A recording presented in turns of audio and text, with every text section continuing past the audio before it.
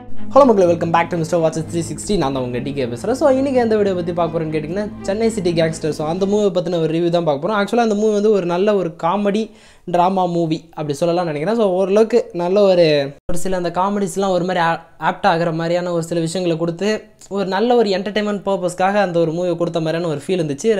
Like ரிலாக்ஸிங்காக ஏதோ ஒரு movies பார்க்கணும், அதை ஒரு என்டர்டெயின்மெண்ட் பண்ணுனா நல்லாயிருக்கும் அப்படின்னு நினச்சிங்கன்னா டெஃபினட்டாக அந்த மூவி ட்ரை பண்ணி பாருங்கள்.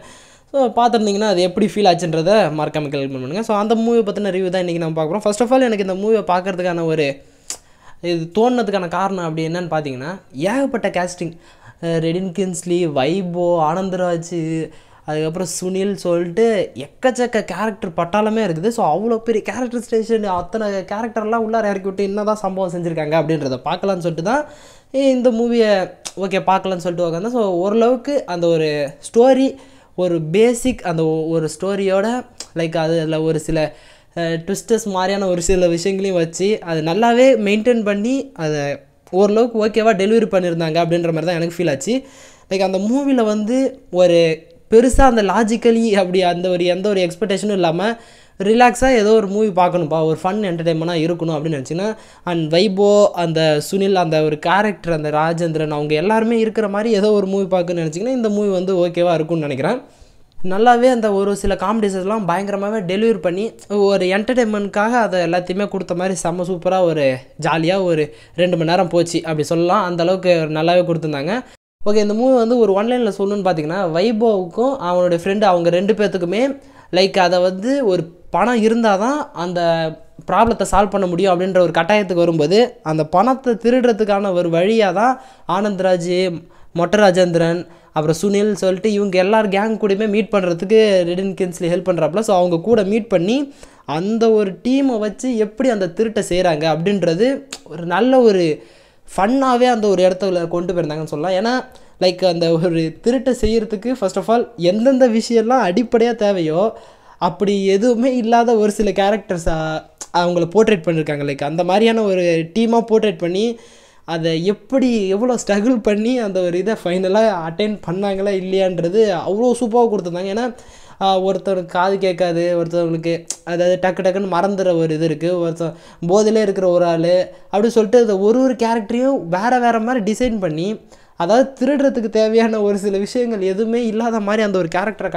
கடைசி வரைக்கும் போர்ட்ரேட் பண்ணி அதை வேறு மாதிரி ஒரு ட்விஸ்ட்டில் எண்டில் முடிச்சிருப்பாங்க. அது சீரியஸ்லி ஒரு செம்ம சூப்பராக இருந்துச்சு. லைக் அந்த ஒரு இந்த ஒரு கேரக்டர் இவ்வளோ தான்ப்பா, இவனாட்டி இவ்வளோ தான் பண்ண முடியும் அப்படின்ற ஒரு விஷயத்தை தான் கடைசி எண்டு வரைக்கும் கொடுத்த ஒரு விஷயம். கிளைமேக்ஸில் ஒரு சின்ன ஒரு சேஞ்ச் மாதிரி கொடுப்பாங்க. அதாவது அந்த கேரக்டருக்கான ஒரு ஹைக்கு, ஒரு கூஸ்பம் மூமெண்ட் ஏதோ ஒன்று க்ரியேட் பண்ணுன்னு சொல்லி அந்த ஒரு மூமெண்ட் செம்ம சூப்பராக ஒர்க் ஆகிருக்கும். அந்த மூவியில் பார்க்கும்போது அது செம்ம பயங்கரமாக எலிவேட் ஆகும். ஸோ இந்த மாதிரி ஒரு டீமை வச்சு எப்படி அந்த திருட்டை நடத்துகிறாங்க அப்படின்றது தான் அந்த ஒரு மூவின்னு சொல்லலாம்.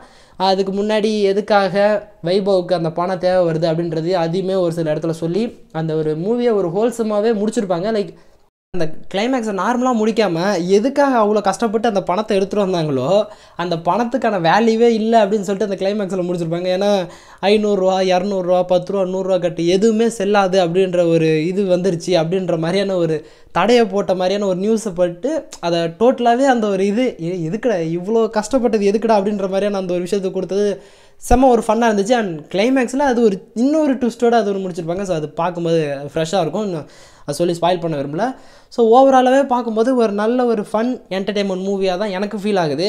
ஒரு 2 மணி நேரம் ஒரு எந்த ஒரு அதாவது இது அடுத்து என்ன நடக்கும் அப்படின்ற எந்த ஒரு குழப்பமும் இல்லாமல் ஒரு ஃப்ரீயாக ரிலாக்ஸாக ஒரு மூவி பார்க்கும்போது அண்ட் வைபோ அந்த ஒரு மூவினாலே இந்த மைண்ட் வாய்ஸ் மாதிரியான ஒரு விஷயத்தை கொடுத்து அதில் ஒரு நக்கல் கொடுத்துருப்பாங்க. ஸோ அது ஒரு மாதிரி சூப்பராகவே இருந்துச்சு. எனக்கு ஒரு ஃபன் என்டர்டெயின்மெண்ட் மூவி ஏதாவது ஒன்று பார்க்கணுன்னு தோணுது. அண்ட் அதில் வந்து எல்லா கேரக்டர் நான் பார்த்து ரசித்த பழைய புதுசு எல்லா காமெடியன் வில்லன் எல்லாருமே இருக்கணும், அது எல்லாமே ஒரே மூவியில் இருந்தால் பெட்டராக இருக்கும் அப்படின்னு நினச்சி ஃபீல் பண்ணிங்கன்னா ஸோ இந்த மூவியை ட்ரை பண்ணி பாருங்கள். அதாவது இந்த மாதிரியான எக்ஸ்பெக்டேஷன் இருக்கிற ஒரு சில பேர் யாராவது இருந்தீங்கன்னா இந்த மூவியை ட்ரை பண்ணலாம் அப்படின்னு நான் ஃபீல் பண்ணுறேன். அண்ட் அப்படி பார்த்துருந்தீங்கன்னா இந்த மூவி எப்படி ஃபீல் ஆச்சு, எந்த மாதிரியான எக்ஸ்பீரியன்ஸ் கொடுத்துச்சு, உங்களுக்கு இந்த மூவி பிடிச்சதா இல்லையா அப்படின்றது எல்லாத்தையுமே மறக்காமல் கேள்வி பண்ணுங்க. அண்ட் ஸோ ஓகே கைஸ், இதோட இந்த வீடியோ முடிச்சுக்கலாம். நெக்ஸ்ட் ஒரு ஆசமான வீடியோவில் மீட் பண்ணுறேன். அது வரைக்கும் ஒரு சின்ன பிரேக்.